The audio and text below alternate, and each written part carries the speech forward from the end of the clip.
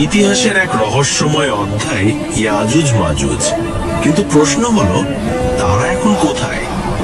আর কোথায় বাদশাহ জুলকারনাইন নির্মিত সেই বিশাল প্রাচীর?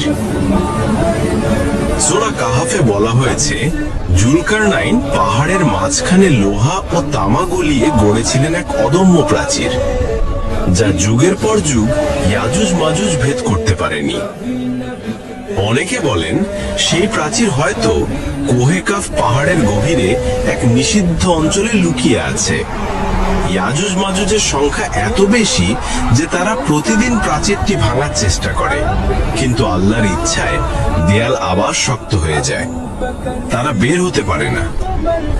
হাদিসে এসেছে, একদিন আল্লাহর আদেশে ইয়াজুজ মাজুজ প্রাচীর ভেদ করবে। তারা বের হবে প্রতিটি উঁচু স্থান থেকে, দুনিয়ার সব খাবার শেষ করবে, নদী শুকিয়ে দেবে, এমনকি আকাশের পাখিও রক্ষা পাবে না।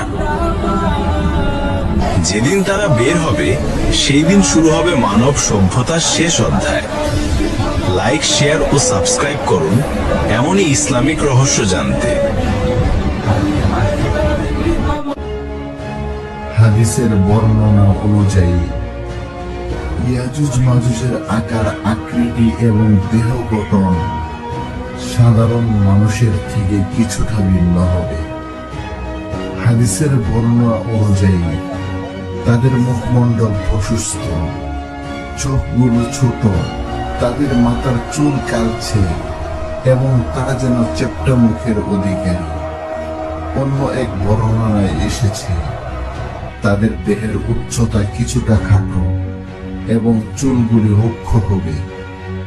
ভাবুন তো, আপনার সামনে দাঁড়িয়ে আছে এমন এক সত্তা যার মুখমণ্ডল প্রশস্ত, চুলগুলো পিনের মতো ছোট ও লাল, মাথার চুল কালচে আর রুক্ষ, আর পুরো চেহারাটাই যেন অশুভতার প্রতিচ্ছবি।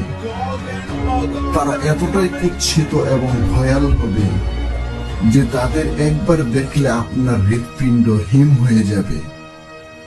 তারা সংখ্যায় এত বেশি হবে যে তাদের দেখলে মনে হবে যেন এক বিশাল পিঁপড়ের দল ছুটে আসছে। শতাব্দীর পর শতাব্দী ধরে মানব জাতিকে রক্ষা করে চলছে এক অভেদ্য প্রাচীর। এই প্রাচীর নির্মাণ করেছিলেন মহান শাসক জুলকারনাইন। কুরআনে ইঙ্গিত দেওয়া হয়েছে, সূরা কাহাফে জুলকারনাইন এর ঘটনায় বলা হয়েছে, তিনি পৃথিবীর বিভিন্ন অঞ্চল ভ্রমণকালে এমন এক জাতির সন্ধান পান যারা ইয়াজুজ মাজুজের আক্রমণে অতিষ্ঠ ছিল।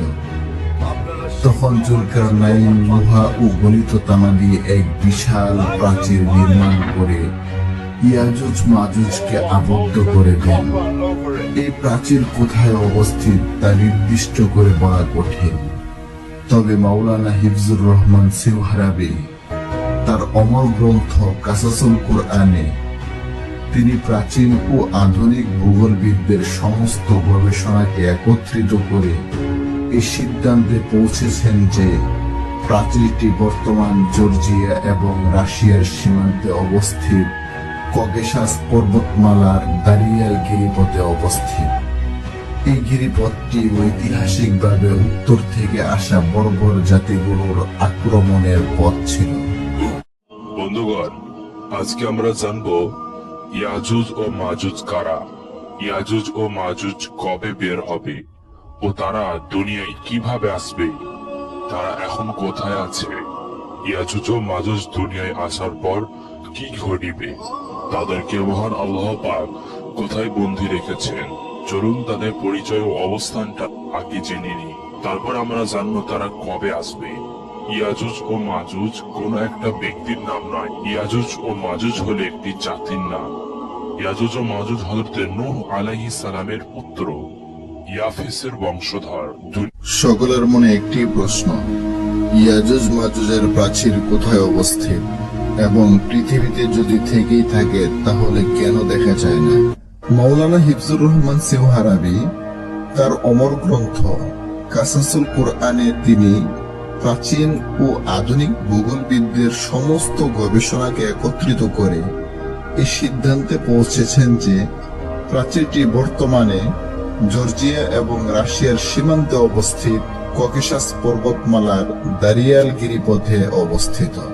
এই গিরিপথটি ঐতিহাসিকভাবে উত্তর থেকে আসা বর্বর জাতিগুলোর আক্রমণের পথ ছিল। এবার আমরা মূল প্রশ্নে আসি। ককেশাসের দারিয়াল গিরিপথে যদি প্রাচীরটি থেকেই থাকে, তবে স্যাটেলাইট বা আধুনিক প্রযুক্তি কেন তা শনাক্ত করতে পারে না? তাহলে চলুন জেনে আসি কারণটা কি। কারণটি জানতে হলে সম্পূর্ণ ভিডিওটি দেখুন, কমেন্টে লিংক দেওয়া হলো। কোথায় সেই দেয়াল?